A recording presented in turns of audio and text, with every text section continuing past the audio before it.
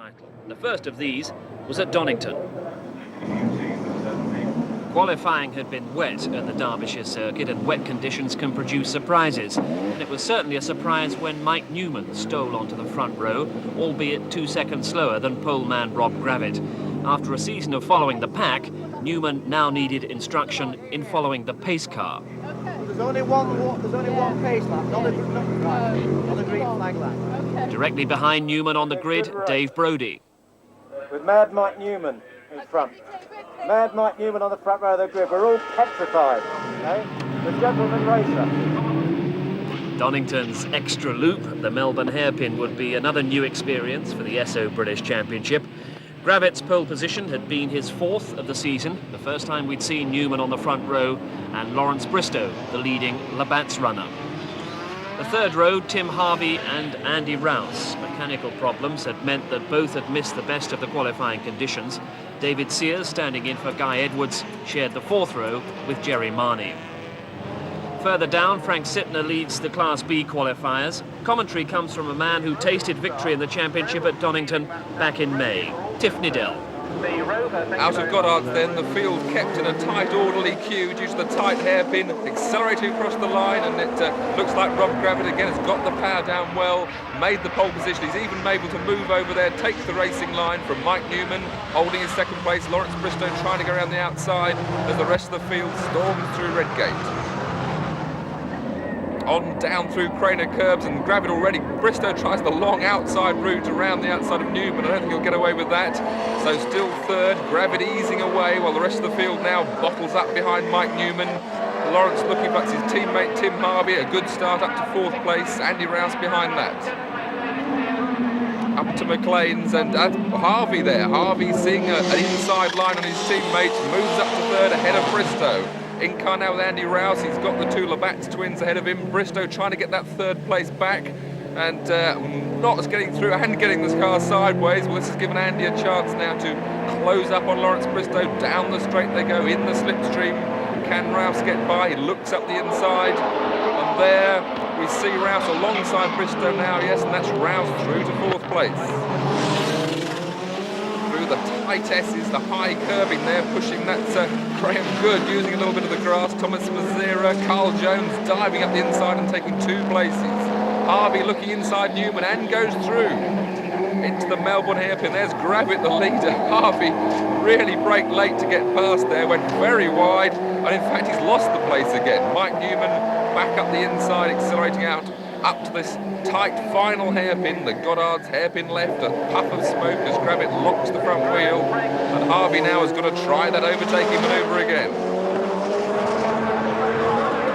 Down toward Redgate, Newman holds the inside line. Harvey's going to try this long outside line. It's possible at Redgate, and indeed Tim gets through. So that's a nice overtaking manoeuvre. Harvey forcing his way forward in these opening laps, and now he's going to chase after Gravett, leaving Andy Rouse to try and get past Newman. Down to the old hairpin, Rouse also sliding straight through. A neat manoeuvre, pushes Newman back another place, and Lawrence Bristow, who was at the front of this queue, now has to try and get past Newman himself, and I think he's done it. He's up the inside, yes, that should be through, but Newman comes back with a slight touch there, and well, that's a great shame. Lawrence Bristow, who'd qualified so well, he's not too happy either. Up front though, Gravett leads, Harvey 2nd, and Rouse close right up. So these 3, the main winners so far this year, they're in for another head-to-head battle. Harvey straight away looks up the inside, and he's through. Pushes Gravett wide, the same pass as he went through Newman, and Rouse tried to get through as well as Gravett goes wide. We've got 3 Sierras side by side. Rouse unable to make the most of it, so it's now Harvey, Gravett, Rouse, but Sierras everywhere. Rob Gravett tried to go around the outside of Harvey. Rouse comes up the inside, and it's going to be Harvey now with a fair lead as the other 2 lean on each other in the background. Is it going to be Gravett? I think Gravett's got the inside line here, yes. Rouse concedes the corner, and it's now Harvey, Gravett, Rouse. Down Craner Curves, it's very fast, and a lot of braking there from Gravett. Harvey disappears in the distance, and I think Rouse was almost surprised there. He couldn't overtake at that point. Oversteering into the old hairpin. called the hairpin, but it's the fastest corner on the circuit. And up now towards McLean's, this tricky corner. You have to dab the brakes approaching the left-hand curve. Difficult braking area this. Down to third gear then for the McLean's corner. And out on their curves, Harvey trying to get away. He sees the two in the background having a dice. He's trying to make as much distance as possible, but trying to get too much of that 500 horsepower down on the track too early. So that slide costing him a bit of his lead. In the background, we see David Sears moving up well. He's got past Newman and left the pack behind. Sears substituting this weekend for Guy Edwards in the second caliber Sierra.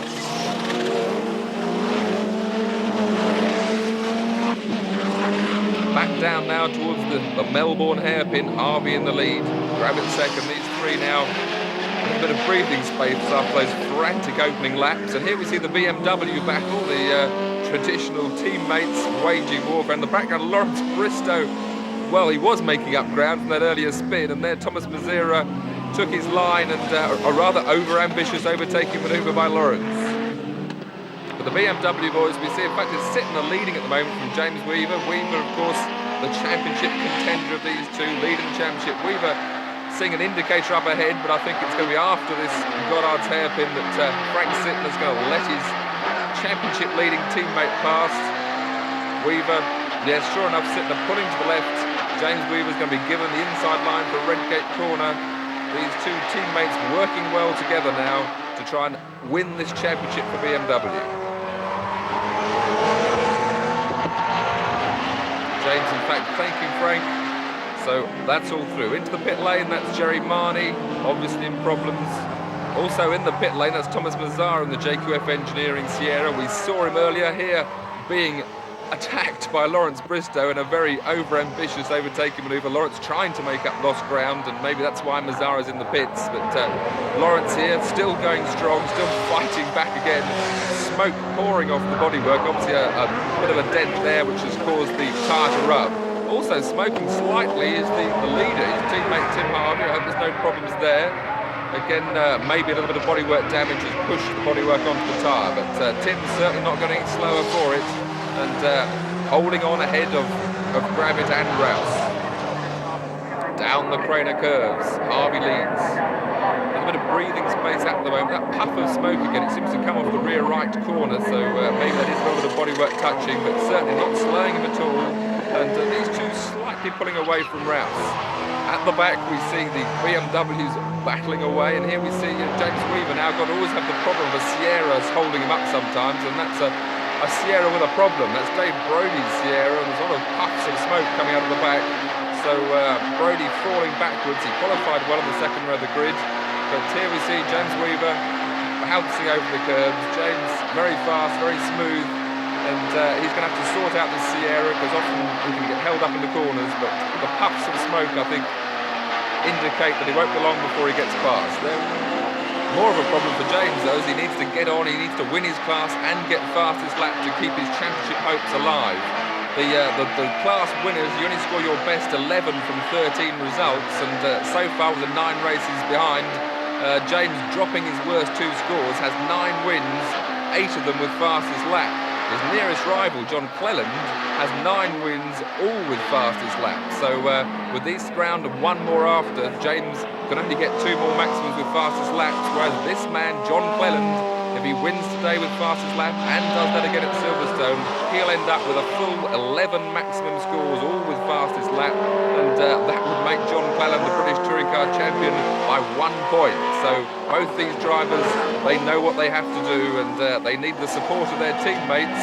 And, well, there we see Frank Sytner really supporting his teammate. Frank obviously worried he put in a bit of a fast lap there and actually hit the brakes to not count that lap. Here in the pits, that is Dave Brody. I'm not sure what that is they're replacing, but that obviously was the problem with the car. We saw it puffing smoke and in trouble, and Brody in the pits. Mechanics working away frantically getting back, whilst up front the battle now is raging. Tim Harvey there over the curbs of the S's, they're right in amongst the back markers. Rob Gravett losing a bit of ground as he had to go wide around the outside. And no sign of Andy Rouse at the moment. He's dropping away slightly, so really it's these two out front battling for the lead. Gravett into the Melbourne hairpin. Harvey escaping ahead of him. little bit of breathing space as Gravett slides into oversteer, getting the power down. There we see Andy Rouse still overtaking the back markers, and Tim Harvey driving a very, very good race out front. Obviously under pressure, but not letting Gravett get on top of him. Rouse a little bit closer perhaps, now they've all got through those back markers. So Harvey making the most of the back markers, getting well ahead. That's Dave Brodie just rejoining the race as Gravett goes through.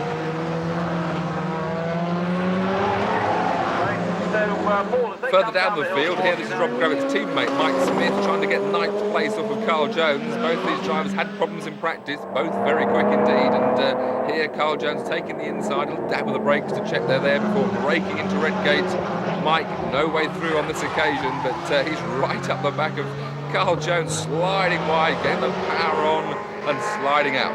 Up front though, the leaders still amongst the back markers. They both pop out in unison to overtake another man. And again, Harvey gets that slower car, well, slower in his class. John Morrison's Volkswagen, but Gravett going through and trying to close the gap. But all the time, Harvey seems to have the edge. Ahead of him, the John Clynn's teammates, the battling Vauxhall Astras, that's Jeremy Rossiter and Louise Aitken-Walker. But Gravett now right behind Harvey. A little bit of a problem when two cars are racing ahead of each other, but he should be able to get by both of them on the power acceleration up to Melbourne hairpin. Indeed, one of them indicating to let the leaders through. So both leaders through. Gravett leaves his braking very late there, closes right up, but loses ground in the end because he had to slide so wide he braked too late. Up to Goddard's, the tight left-hand hairpin again. Rob Gravett really braking at that front wheel, locked up all the way in before it picked up off the ground. Rob slides the long, long way round the outside of the hairpin and Harvey escapes. Here at BMWs, we see Sytner going through past Weaver. I hope James hasn't got a problem.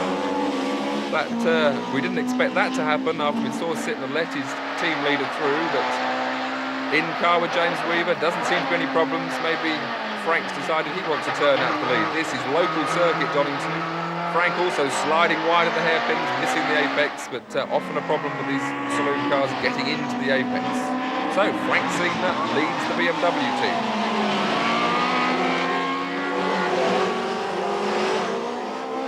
Weaver obviously not really in any problems, he's not going to the pits, so we assume that they're all happy, whereas these two out front are really having a battle.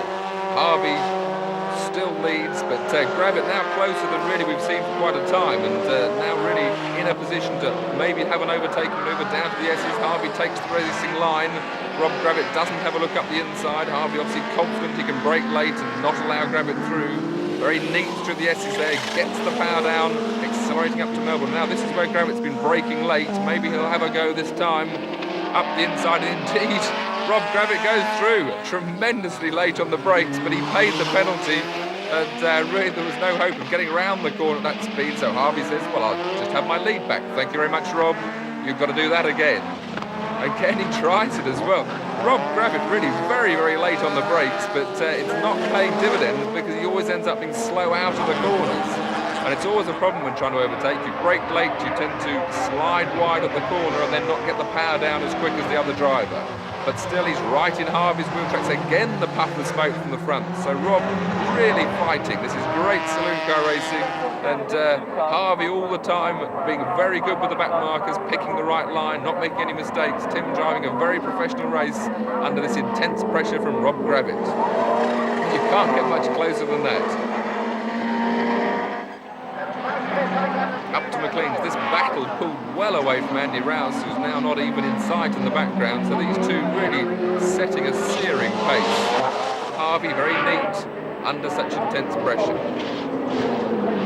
Gravett now very close. If he can get the power down now, get onto the straight behind Harvey, but no sort of black marks been left by the tyres. Another twitch at the end of the corner. And there Rob will be upset because he had the right position to try and get in the slips in the straights. He got too greedy, tried to go for too much power, the car slid out, and that means he's not close enough to outbrake at the end of the straight.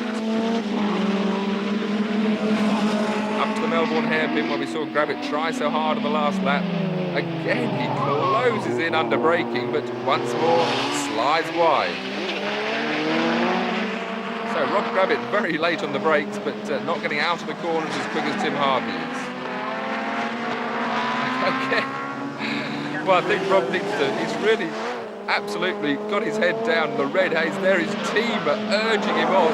3 laps to go, and he's trying his hardest and maybe trying too hard. So with 3 laps to go, the order Harvey and Gravett well ahead, and Rouse, his teammate Sears, following behind. And then there's a good battle for 5th between Graham Good and Sean Walker. Here indeed we see that battle, and Sean Walker taking that 5th place off Graham Good as they start what's 3 laps left of racing. A good battle for 5th place. Sean Walker probably having his best race so far this year, and taking the inside line down to Redgate to make sure Good doesn't come straight back at him. Oh, and there, that's John Morris, and a multiple roll. John looks all right, head moving with great relief in the car. The marshal's quick on the scene, but that was a very, very severe roll for John Morris in his Volkswagen Golf. He's obviously a bit winded by it, but we saw his head moving, and there we see the marshals on the scene, and yes, John getting out perfectly all right. But as the car is already rolling, as it came into camera shot, and once bouncing, that really shows, you know, how quick the cars are going. When they get it wrong and they get launched, it's a big accident.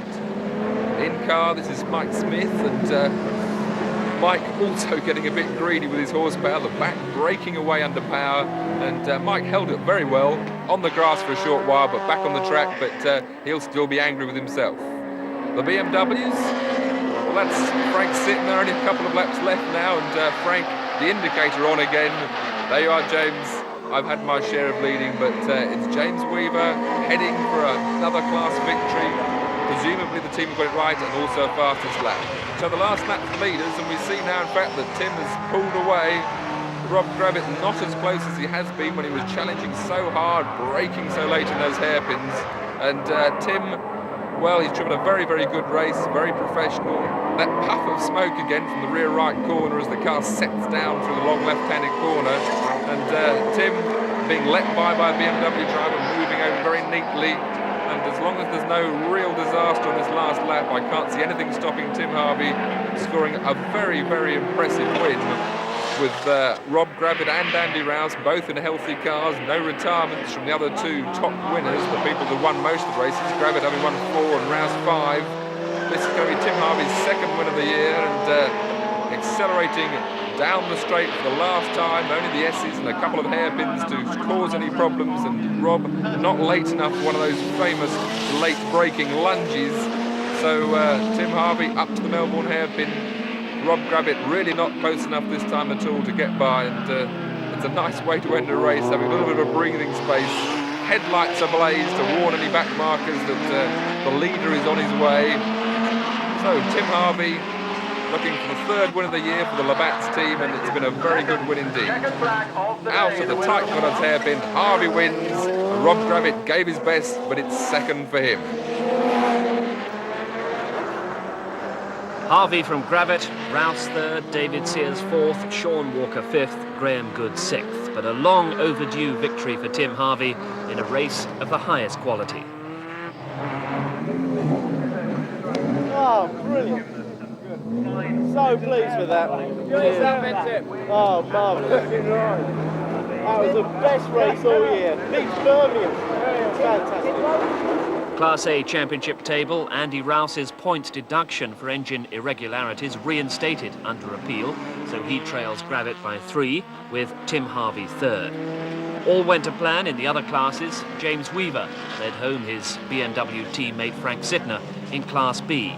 In Class C, John Cleland led home his Vauxhall teammate Louise Aitken-Walker, who'd held off the challenge of Jeremy Rossiter to claim 2nd in class. Class D, once again, Ray Arms in the Honda Civic, 10 seconds ahead of Jeff Kimber-Smith. So overall, it's still a 2-point gap between Weaver and Cleland coming to the last round at Silverstone. But with only the best 11 scores out of 13 counting, the issue is that if both win their class and take fastest lap at Silverstone, Cleland will win the title by 1 point. As ever, it's a rolling start for the 15-lap race over Silverstone's full 2.9-mile Grand Prix circuit. And the 35 cars and drivers set off after the pace car in ideal conditions. But not John Cleland, that's Cleland at the back of the grid, and everybody's surging past him, and he seems to be having some sort of a gear selection problem. Now, even if he gets going, he's got to stay at the back. That's the rule. But he's got going. There's the Jaguar fire tender going ahead of him, and he's away. Let's see what he does. Well, he's past the Jaguar, but sensibly he is staying last. Actually, I don't think it's too much of a setback. John's Astra is so fast that it should catch all his class rivals quite easily. But we'll see. Round Copse Corner, last on the grid, John Cleland with a chance of the championship. But there's something new up front. Proudly leading round in pole position, Welshman Carl Jones from Lambton. It's his first pole position, a superb achievement against the high budget teams. But Carl did his banzai lap on a damp track. Now it's bone dry. Maybe that'll affect his tyres. So there he is, pole position. Andy Rouse, second on the grid. Rob Gravett, the championship class leader, third. And Chris Hodgetts from Redditch, a superb fourth with a new team. Mike Smith, fifth in the sister car of Rob Gravett. Guy Edwards, sixth in, he says, his last race for a while. Tim Harvey, seventh, that's well down for him. And Graham Good, a strong eighth. Bristow, who's Harvey's teammate, ninth position. Veteran Dave Brodie in 10th place. Sean Walker is 11th. And Blackburn's Mike Newman, 12th. 12 Sierra Cosworths. James Weaver's the fastest BMW at 13th. And there, number 56, the joint championship leader, John Cleland in the Vauxhall Astra, starting last. Out of the complex. Don't forget, it is a rolling start. The pace car in front. It will peel away into the pit lane as they come out of the right-hander at Woodcote. He does so, and it's 35 Road Rockets go down to Copse Corner. Rob Gravett's leading. Jones is second on the left. Andy Rouse on the outside is in third position, and Tim Harvey's up into fourth place. Now we're in car with Andy Rouse. Jones and Gravett ahead. Harvey and Smith have gone past. Now, that is Mike Smith in the red and white Sierra on the right. We're riding with Andy Rouse. We're past Mike Smith. Into the right-hander at Beckett's. Jones running very wide. Harvey's gone up into second place. Guy Edwards over the curb, dropping back. That's cost him dear. Back in car with Andy Rouse. Carl Jones ahead. Now down the Hanger Straight, building to 155 miles an hour. Rob Gravett leads. Harvey second. Then together, it's Rouse, Jones, Smith, and Graham Good into Stowe Corner. Rouse up into third position, outside Carl Jones. So now down into Club Corner for the first time. Gravett, Harvey, Rouse. Carl Jones with the yellow covers on his headlights in fourth position. In car with Lawrence Bristow now. He is in seventh position, out of Abbey at 140 miles an hour. Graham Good ahead in sixth place, and we're closing up on him very fast indeed. Into the left, now the second part of the corner, the right-hander, and he's tapped Good, he's hit Good, spun him round. And zonk, straight into Graham Good's car goes Dave Brodie, and they are obviously both out of the race. Rob Gravett is leading. Andy Rouse is now up into second place. There he goes, Tim Harvey in third position in the blue Sierra. In car with Rouse now, just watch his hands on the steering wheel, on the gear lever. Second, chasing Rob Gravett. Into the left-hander at Maggots, that's about 140 miles an hour. Down to Beckett, 75 miles an hour. 4 wins to Rob Gravett, 5 wins to Andy Rouse, and Rouse needs to win this one for the class championship. Down the Hanger Straight now. Out of Chapel, 155 miles an hour soon. And Rouse is going for it. He's dodging about behind Gravett's car, and he's powering straight past. There is a real horsepower advantage there. So Gravett in second position. Harvey is still third. And Rouse has now got a clear track in front of him, and so has Dave Brodie, but for all the wrong reasons. Yet another disappointment in a very contentious season, and that's Graham Good's car being recovered. Dave Brodie, bit of whiplash it looks like. He looks fit enough, sprinting away, back to the pits. Now here's a replay of Good's spin. Now Watch him very carefully. He's hit by Bristow, who hits him again. That's twice, 180-degree spin, and Brodie, unsighted, goes straight into him. Poor Graham out of the race through no fault of his own. And at the complex, it's Rouse leading. Gravett second, Harvey in third position. Those three have broken away from the rest. First, second and third, they're all race winners, and the battle is on. Through the chicane, Rouse, Gravett, Harvey, down the straight, lap 3, that's the order. Rouse leading, Gravett second, Harvey in third position, Bristow fourth, Smith fifth, Jones sixth, Walker is seventh, and Hodgetts is in eighth position. Now there is Jones, Walker, Hodgetts, and back at the complex, championship leader John Cleland is up to 23rd out of 35. And he's leading his class. He's broken the lap record, and that will do nicely, John. There's his rival, James Weaver. He is leading Class B in the BMW M3. Hodgetts is fifth. Chris Hodgetts, number 25, has gone ahead of Mike Smith into fifth position. Smith down to sixth, Jones down to seventh. And Hodgetts in the car previously driven by Gerrit van Kouwen, the Dutchman. And Chris is really peddling it. Now the end of another lap, no change at the front, and if Andy Rouse stays first, he will provisionally win the class championship. But there's going to be a lot of arguing before that happens. Lap 11, there's the order. Rouse, Gravett, Harvey, Bristow fourth, Hodgetts fifth, Smith sixth, Edwards in seventh position. At the complex, Nick May in the red bi-turbo Maserati is being engulfed. Mike Smith has already passed him. Guy Edwards and Carl Jones, and there is Jones, will be doing so soon. Hodgetts, fifth position. Smith in sixth place. Now there is May, and sure enough, Guy Edwards goes through, passes the Maserati. He will take Carl Jones with him shortly, and in car with Marnie, not making any impression on Sean Walker as he comes out of Cops Corner, onto Maggots, goes up a gear, and another. Now Beckett's down through the gearbox. And there they go, Walker and Marnie. Now, they are out of Chapel Curve, down the hanger straight, chasing Nick May. Sean Walker goes past the Maserati. Now it is Jerry Marnie's turn, right up alongside him into the racing line, and there's contact. And he's lost it. Jerry Marnie's lost it. Looks over his shoulder, straight onto the gravel trap. And that is it. Wally! Wally! I don't think Jerry is at all happy. And I suppose you can hardly blame him.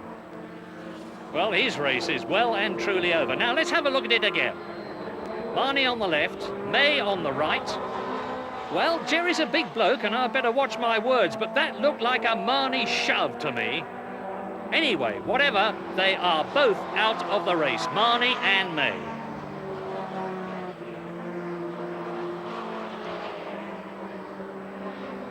And now, Rob Gravett is on his way down to Hanger. He is right on the tail of Andy Rouse's car. Number 1, Andy Rouse, race leader at Stowe. They're lapping the midfield men, including, incidentally, John Dooley there, the Alfa Romeo man who is having his first drive in a Sierra, and Andy Rouse has got his hands full of more than the steering wheel. Right behind him, Rod Gravett going for it. Out of club, now up to Abbey. There's a slight climb here, up to the bridge and the complex. And Gravett is going through. Gravett is taking the lead. He has taken the lead, and there's contact. And off goes Gravett, not quite off. Andy Rouse keeps on his way. There's going to be a big argument about that too, I am sure. Rob Gravett gets away, but in the process, Tim Harvey there is right up with Gravett. So second and third are together, and Andy Rouse, the leader, has got away. The whole race transformed in a twinkling. Cops Corner. Now, Rob Gravett really has got a problem with the championship, because if Tim Harvey, who's pressuring him, look at him, if he gets by, Rob Gravett is going to have had it. Maggots. Andy Rouse is on his way to win number 6 and a new lap record. 1 minute 37.3, that is 110 miles an hour. Now, here is a replay of that controversial incident. Rouse into the complex, left. Look for Gravett on the left. There he is. He goes to the apex. There is absolutely nowhere for Andy Rouse to go, but he pushes his way through, shakes his fist, and Rob Gravett, there he is. Half a car ahead, but that is not enough, and he pays the price. Copse corner, Andy Rouse. And there is Rob, 2.5 seconds behind him, with Harvey absolutely with the red and white car in front. But that 2.5 seconds should be enough for Andy Rouse. Now here it is at Beckett's. There is the lead car. 2.5 seconds is a big lead for Rouse, but my goodness, there is no lead for Rob Gravett. Tim Harvey's getting closer and closer all the time as they come out of Chapel Curve, down the Hanger Straight. Harvey is in a Rouse-prepared Sierra, and they really fly. He dummies to the left, he goes to the right and attacks Rob Gravett. He's got the car alongside Gravett, he hits him. Rob Gravett's been hit again. Harvey goes through into second place. Rob Gravett just manages to hold the car, but he is down into third position. The champion designate. It's been a great first year for Vauxhall and for the Dave Cook Racing team. There they are, and there is John's father, Bill, the team manager, as Cleland starts his last lap for his 11th win in 13 races and 12 fastest laps. An amazing achievement. Cleland on his way then. But Andy Rouse is almost home, almost a full lap ahead of Cleland into the complex. Lights blazing. This is it.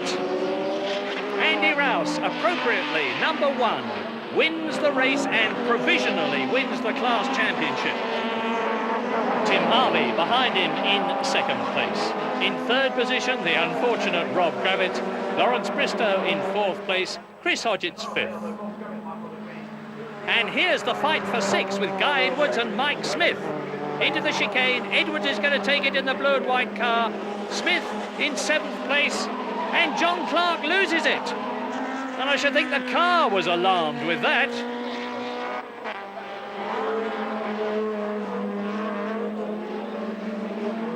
Clark chews up the Silverstone turf over the rumble strip, back onto the track to do his last lap. Meantime, almost home to win the British Touring Car Championship of 1989, John Cleland in his Vauxhall Astra 16 valve. A very potent combination indeed in their first season of touring car racing. And a very happy team too. A very happy team, a very happy combination, and an even happier John Cleland. Well done, John. Celebration then, and controversy. The controversy in Class A. Andy Rouse named provisional winner. Rob Gravett immensely aggrieved after that coming together at Woodcote. This is Rouse's version. We came up through Abbey there. He was quite a distance back, and then as we sort of come up to the braking point to go into the chicane there, he's right alongside me and pushed in on the inside, and then cut across the front of me, so I had nowhere to go. So I mean, I went all over the curbs and all the rubbish anyway, which was a big risk to me as far as damaging the car was concerned and the all cutters. But I mean, I had no choice but to hit him. I mean, there's just nowhere for me to go. It was exactly the same as Sytner and Weaver earlier in the season. They did exactly the same thing. Yeah. And you know, he was a bit hasty really. If he'd just bided his time, he'd have been there with a crack at the end, you know. But really, as far from my point of view, it was his fault, you know, and it almost screwed up my race as well. It's been a hard-fought series, a hard-fought championship. Was that incident simply typical of that? No, it wasn't. I think it was at the end of a very good racing season. I think it's a sad note to finish on that. I don't think it's necessary to drive like that, and I don't think I will change my driving style. I believe it is a non-contact sport because it's dangerous. I mean, we're travelling at very, very fast speeds, and you know, you can hurt people like that. But then that's another story, isn't it? The main story is that Scotland's John Cleland claims the overall SO British Championship. Vauxhall beat BMW, but was Cleland's delayed start a problem or a well-thought-out plan? sometimes when you rev this little Astra up, it won't select the gear properly, you get too many revs on the clock, and I think that's what I did for the first couple of chances. And then when I realised that all the BMWs were passing me, I thought it was maybe a better idea under the circumstances to just stay out of trouble. And then I had to let too many cars pass because I then couldn't rejoin in my grid position. So it seemed at the end of the day a safer thing to do. I spent all year staying out of the way of BMWs, and I figured that I was in the pack, and it was maybe better to sort of steer clear of the trouble. There was no element of a predetermined plan. Oh, to not stay at out all. of the Not BMW. at all. You were a little bit worried about that before. Yes, well, James Weaver's mechanics tried to lock me in the truck before the race, so I knew there was a plan afoot somewhere. So the 1989 British Championship ends in Champagne and the appeal court. 6 months now to knock out all the dents before it all starts again in a new and even more competitive formula.